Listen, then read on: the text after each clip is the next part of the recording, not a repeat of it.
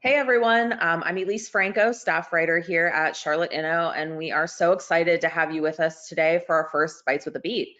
For anyone unfamiliar with us and what we do, Inno is part of a growing network of sites. We are currently in 14 markets with the 15th coming soon, and we're committed to covering and connecting local technology, startups, growth, and innovation.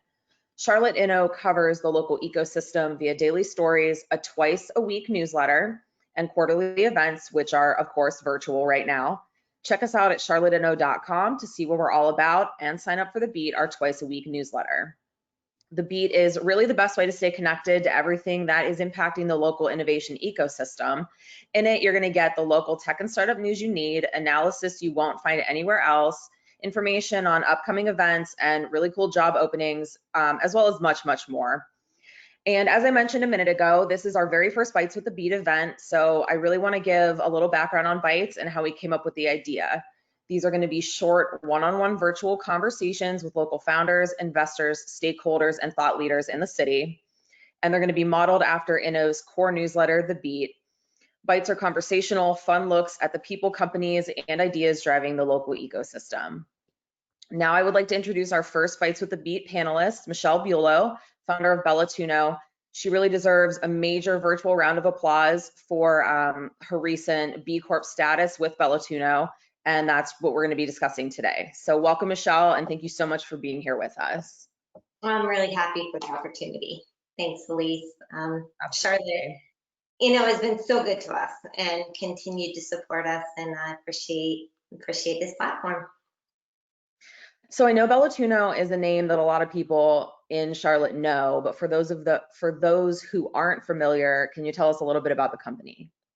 Yeah, I'd love to. So Bellatuno is a purpose-driven baby and children's product company, and we specialize in innovative, modern, oftentimes tabletop feeding products. Everything from bibs to suction plates, pacifier holders, bowls, trays, all kinds of things like that. But really below the products, our purpose is to end childhood hunger. And that is our end game at Bellatuno. It is the #2 sustainable development goal for the United Nations, and we want to be part of that solution. So for every single product we sell, we donate 1 meal to 1 child. We do that through a partnership with Feeding America, and we've given 4.3 million meals to date. Just to show you a product or two, we believe our products are conversation starters.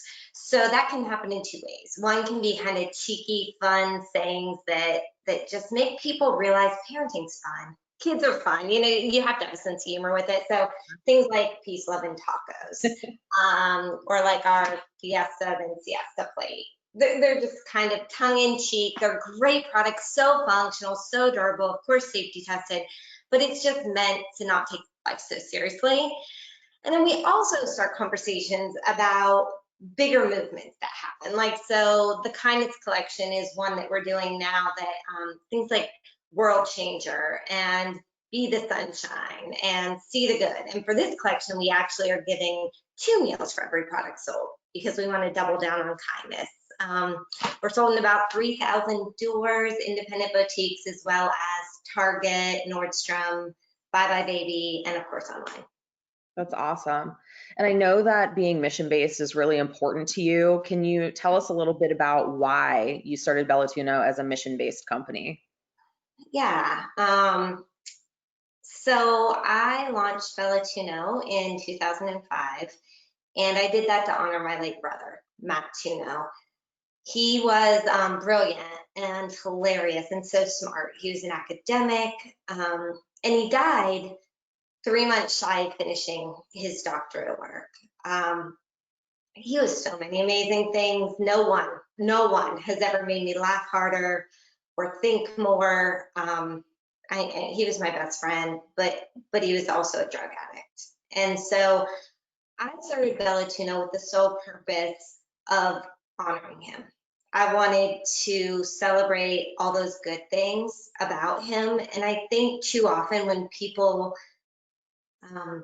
when they die from something like addiction or suicide, this dark cloud just hovers over every single mention of their name.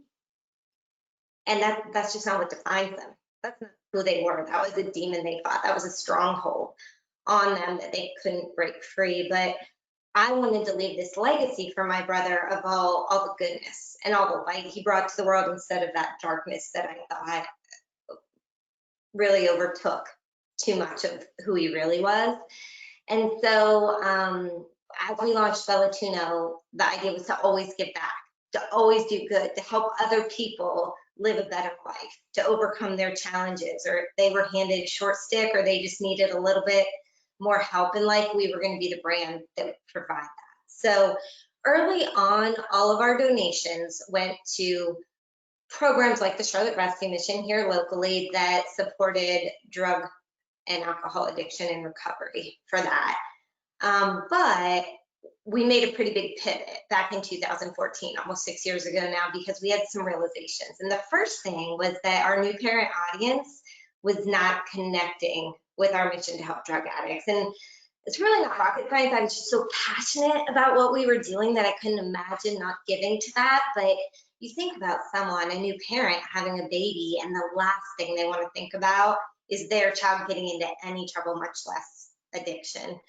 And so that was one realization that was brought to our attention. But the second was I came across this article, and it stated the mass problem of food insecurity that children have in this country. And at the time, back in about 2014, it was 1 in 6 children went to bed hungry every single night. That was 13 million kids. And I was like, that can't be here.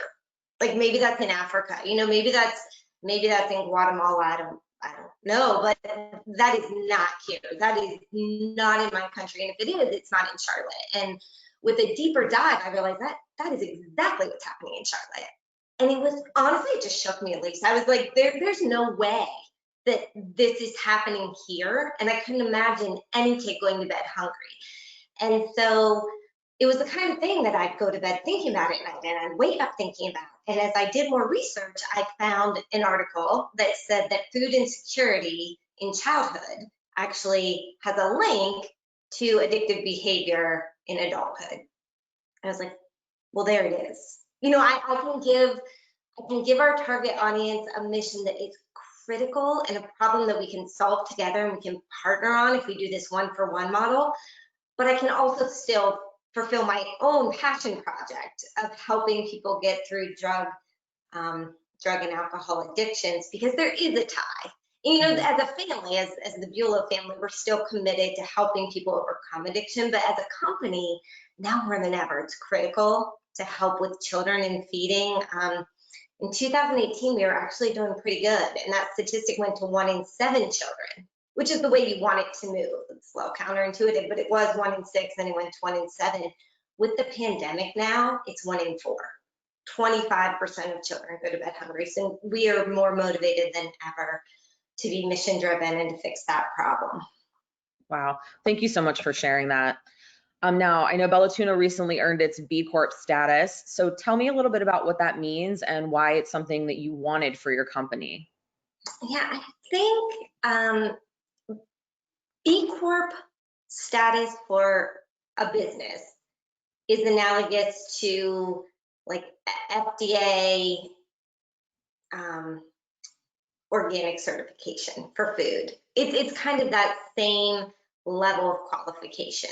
And what it says is you can trust who we are. You can trust that we do what we say we're going to do. It's like this guarantee that we are committed equally to our purpose and to our profits. Those things are equally important to us. We want to infuse good into everything we touch. We want to find a product and make it better. We want to find a problem and make it better. We want to make our partnerships better. And that's really what committing to be a B Corp and going through that process is saying about your company.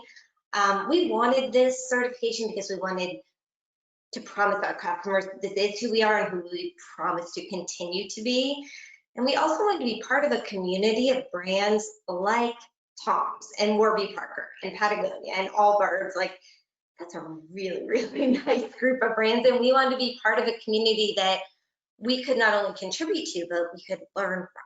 I mean, those are really top line brands. So we applied for it, and it's quite a certification process. But overall in the world, there are 3,300 certified B Corps. That's across 71 different countries. In the US, there are about 1,200. So if you divide that by the 50 states, that averages about 24 per state. That really puts into perspective how few there are. In Okay. South Carolina, there are 4. In North Carolina, I believe we became the 51st. So North Carolina is doing a little better than most states. But it's an accomplishment that we're really proud of. Well, congrats again on that. And I know here in Charlotte, I believe you guys are only the 3rd, so that's amazing. Tell Thank me a little you. bit about the process. What did you have to go through to get that certification completed? Yeah, sure. So the process is long. It took the better part of 10 months, and it is detailed, and it is vulnerable. It really is, because you sign up and you say, I want to be a B Corp. And what you're doing is you are opening your business, you're pulling back the curtains on everything in your business in terms of transparency. So you are sharing, we're privately held. And so we don't really have to share a lot. But when you apply to be a B Corp, you're saying, I want to put it out there because I'm proud of it. Still vulnerable though. So you're sharing everything from a financial standpoint, from a charitable donation standpoint, all of our policies, what we pay our employees, literally every point of our business goes under scrutiny. And really, in saying you want to be a B Corp, you're saying, I think we're doing good in the world, but we want you to tell us how to do better. It's this idea that we're doing our best, but we know there's ways to go. And that's part of what you learn through the process. You know, when you are done and you're certified, you get this little pat on the back and you get 5 seconds to celebrate. And then you get an email that says, here's where you have room for improvement. And by the time you try to recertify, we want to see some movement in these areas. And I love that. I love that there's always a push to be better. But to answer your question, there are 5 main areas that you are certified in.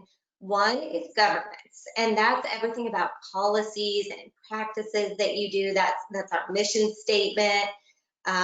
It's holding us accountable that we're doing what we say we're doing. The second one is workers. That's how we treat our employees. So at Bellatuno, we are a pretty small company, but we pay 100% of health, dental, and vision. There's no employee contribution. We have 401k that we match, unlimited sick leave, unlimited vacation days, maternity leave, paternity leave. So it's how we treat our people. And we want to be a place that you come in and you work at Bellatuno and we say, you're an adult, we respect you, and we're going to treat you the way you would like to be treated. It also measures things like employee satisfaction and their attrition rates. And then community is the third pillar, and that's how we support not only our community in Charlotte, but on a national level. And so that was actually where we scored the highest. It's everything about our volunteer hours. It's about our 1-for-1 program. It also extends, in our case, to our manufacturers abroad. So we need to make sure that the people that we're partnering with to make our products are socially and environmentally responsible. And so there's certifications and processes there that happen. The fourth thing is the environment. And that's where we want to move towards zero waste. We're certainly not there, but in ways that we can do that as a product company is making our packaging much smaller. So even though it looks nice to do a big gift box with plastic covering and it looks so presentable, that's no good for the environment. So our packaging, if anyone's bought our products, you'll see it's mostly on header cards, it's on recyclable paper. Everything about it is moving towards a model of sustainability. And that environmental piece speaks to that in the products and making sure they're non-toxic, but it also speaks to the fact that at Bellatuno, you can't bring a plastic bottle in. It has to be a reusable water bottle. It's the paper that we order for our printer that's recycled paper, and we have a recycling bin next to it. So it's everything that we do. And then lastly, it's our customers. So we need to constantly ask ourselves, how do we make our brand more valuable to our customers, both through the products like the Kindness Collection, and we have like this little activist collection that I love. It's like love your mother, feminist. It's all these mantras that we want to live by in the world, but it's also helping them understand the good they're doing in the world. I mean, they're buying a product, they're the one that's donating the meal. We write the check, but we're not doing it unless the product sells. So it's really partnering with our customers and helping them understand the value that they're adding and the role that they play in this larger B Corp community. So like I mentioned, when you become a B Corp, your certification only lasts for 3 years, and you get this big area of responsibility that you're supposed to improve on, and it's a list, or maybe ours was just big, but we did have quite a few, and nothing was something we're committed to all of it, but it's like virtual office stewardship. I mean, right now we're in the middle of a pandemic, so in our Bellatino offices we can have recycling, and you have to have a water bottle, but how does that translate virtually and at home, and how are we monitoring that? So it's things like that, just making sure that everything you say you are and everything you do translates across every workplace that you're in. What is the first thing on that list that you just mentioned that you really want Bellatuno to dive into? So one of the things that we need to do is offer environmentally certified products. Our products are recyclable. They're silicone, they're FDA food grade, non-toxic silicone, but you can't put that silicone right into a recycling bin in your garage. It has to go to a special plant. And there are plenty across the US, but we need to take that on as our responsibility to make people more aware that it's recyclable, and also give them a means to do it, whether that's sending it back to us, whether that's listing on the website all the different plants they can send it to. We need to figure out a way that we're really eliminating our footprint in terms of waste. And so as of right now, if you're not aware of how to recycle silicone, you would be causing waste as opposed to a product that can be recycled. So that's one of the big ones we want to do. The other thing that was on our list was interesting, because I feel like as a company, we get out and we volunteer quite a bit. We've done quite a few programs for reading in schools and bringing food. Our team goes out once a month and we set up a food pantry at a Title I school, and we hand out all the food and we interact with the people. But one of the things that they want us to do is interact more and volunteer more. And so I think our team, just the nature of who we are, we do that a lot individually in causes that we believe in on a personal level. But as a team, we really only volunteer together once a month. And I think that's something that we can improve on. And it's also just great for morale. No one misses it. When we go to the food pantry, and not only do you love to go and you love to be part of it, but it just that kind of afterglow of doing it lasts for a while, and it just builds more momentum to like, how can we continue to help? What more can we do? And so it's good for the people we're helping, and it's really good for us too. It sounds like you guys are doing really amazing things. How do you plan to, follow through on Bellatuno's mission now, and then, moving forward into the future? Yeah. So we're going to keep on keeping on with what we're doing. By the end of 2020, we hope to have donated 5,000 meals to kids in the US. We're also expanding our partnership outside of the US. So in the US, we work with Feeding America, phenomenal partner. We're so proud to partner with them. But outside of the US, we're starting to grow our presence. And so when we sell outside of the US, we want to donate those meals where the sales were made, so that people in those communities know that they're giving back to their own community. So we've partnered with the Global Food Banking Network, and that's a way that we can continue to give where the purchase is made. So not only will we grow how many meals we can give, but we'll be keeping it local per the sale. We also, like I mentioned, are going to volunteer more. That's one of the things that we're committed to doing once it's safe to get out and volunteer again. The other thing we're going to do is just ingrained in who we are.